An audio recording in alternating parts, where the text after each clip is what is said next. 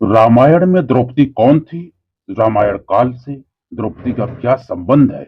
द्रौपदी महाभारत की वो पात्र है जिसके बिना महाभारत की कल्पना करना भी मुश्किल है।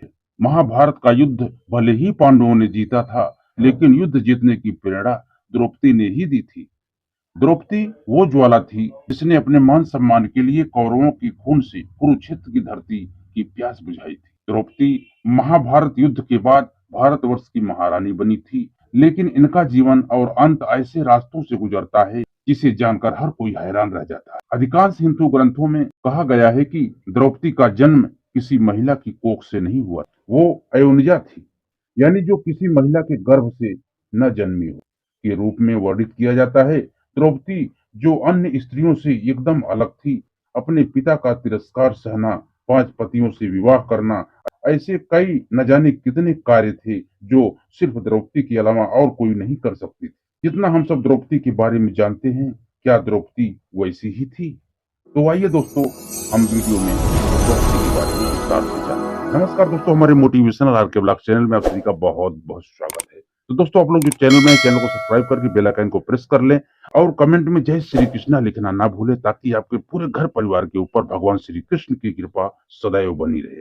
तो दोस्तों, वीडियो में देर न करते हुए हम आगे बढ़ते हैं। द्रौपदी का जन्म यज्ञ कुंड से हुआ था, इसीलिए उसे याज्ञसेनी भी कहा जाता है। असल में भगवान श्री कृष्ण जानते थे कि द्रौपदी का जन्म कैसे और किस उद्देश्य के लिए हुआ है, इसीलिए भगवान श्री कृष्ण ने उसके अंतिम प्रारब्ध तक पहुंचाने के लिए प्रयोग किया। कौरव पक्ष के सभी लोग मारे गए जो राक्षस कुल के थे।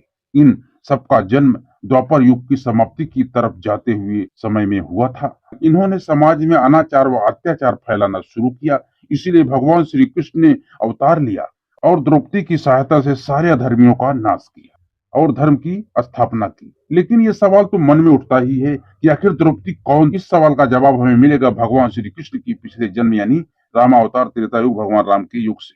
त्रेता युग का सबसे बड़ा खलनायक रावण था, जो भोग विलासी, अत्याचारी और भगवान महादेव का सबसे बड़ा भक्त था। भगवान शिव को संगीत वादन बहुत प्रिय था। रावण कैलाश पर्वत जाकर वीणा वादन करता था। एक बार वह वीणा वादन करके वापस आ रहा था, तब उसे एक स्त्री वन में तपस्या करते हुए दिखी। रावण उस स्त्री को देखकर मोहित हो गया और पास जाकर उसे साथ जाने का आग्रह करने लगा, लेकिन उस स्त्री ने उसका आग्रह ठुकराते हुए बोली, मेरी तपस्या में विघ्न न डालें। उसकी बात रावण को इतना नागवार लगी, उसने क्रोध में उस स्त्री को स्पर्श करने की कोशिश करने लगा। तब उस स्त्री ने क्रोध में आकर उसे नेत्र खोलकर देखा, बोली, तूने मेरी तपस्या में बाधा डाली है, मैं तुझे श्राप देती हूँ कि तेरी मृत्यु का कारण मैं बनूंगी। इतना कहकर वह तपस्विनी गायब हो गई। तब कुछ समय बाद राम जब अपना वनवास काट रहे थे, तब रावण की बहन सुपनखा का विवाह प्रस्ताव राम ने ठुकरा दिया। तब सुपनखा ने लक्ष्मण के सामने अपना विवाह प्रस्ताव रखा, लेकिन लक्ष्मण ने भी उसका विवाह प्रस्ताव ठुकरा दिया। तब सुपनखा ने माता सीता को हानि पहुंचाने की कोशिश की, जिसके फलस्वरूप लक्ष्मण जी ने उसके नाक काट दिए। जब सुपनखा ने रावण को पूरी बात बताई, तब रावण ने सीता हरण की योजना बनाई और साधु का भेष धरकर वह सीता को उठाने के लिए झामदेही का आवाज लगाई। सीता द्वार पर आए साधु को भिक्षा देने के लिए जैसे ही उठकर जाने लगी, तभी उसके सामने एक साध्वी स्त्री प्रकट हुई। उसने कहा, देवी, यहाँ से बाहर जाने की आज्ञा आप मुझे दीजिए, कृपया अपना वस्त्र और आभूषण भी मुझे दे दीजिए। सीता जी ने उनकी बात मान गई और वो अंतर ध्यान हो गई। दोस्तों, कहानी बहुत इंफॉर्मेटिव हो, आप लोग अंत तक जरूर बने रहे। तब वह साध्वी सीता का रूप धरकर बाहर आई और तब रावण सीता समझकर उस स्त्री को उठाकर ले गया। जब राम ने रावण का वध कर दिया, तब उन्हें सीता का सत्य का पता चला। तब भगवान राम ने उस साध्वी के त्याग से खुश होकर के उसे आशीर्वाद दिया।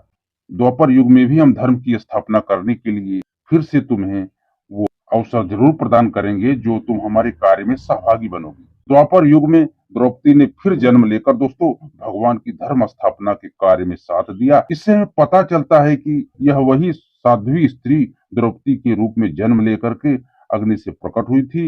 ये साध्वी स्त्री भगवान राम और कृष्ण दोनों के समय में जन्म लेकर सहायता की। तभी दोस्तों आप लोग ने देखा होगा कि भगवान श्री कृष्ण प्यार से द्रौपदी को सखी भी कहते थे। द्रौपदी दिव्य कन्या थी दोस्तों, ये सब तो आप लोग जानते ही हो। द्रौपदी प्रकट हुई थी। द्रौपदी अयोनिजा थी, ये सभी आप लोगों को भी पता है कि वो यज्ञ कुंड से प्रकट। तो दोस्तों आशा करता हूँ वीडियो आपको अच्छी लगी होगी। यदि वीडियो आपको हमारी अच्छी लगी हो तो एक लाइक ज़रूर करें और कमेंट में जय श्री कृष्णा या जय श्री राम अवश्य लिखें, ताकि हमें एक मोटिवेशन मिले और हम आपको और अच्छी-अच्छी वीडियो बनाकर देते रहें। तो मिलते हैं दोस्तों अगले वीडियो में, तब तक आप खुश रहें, मस्त रहें, आनंद में रहें। जय श्री कृष्णा मित्रों।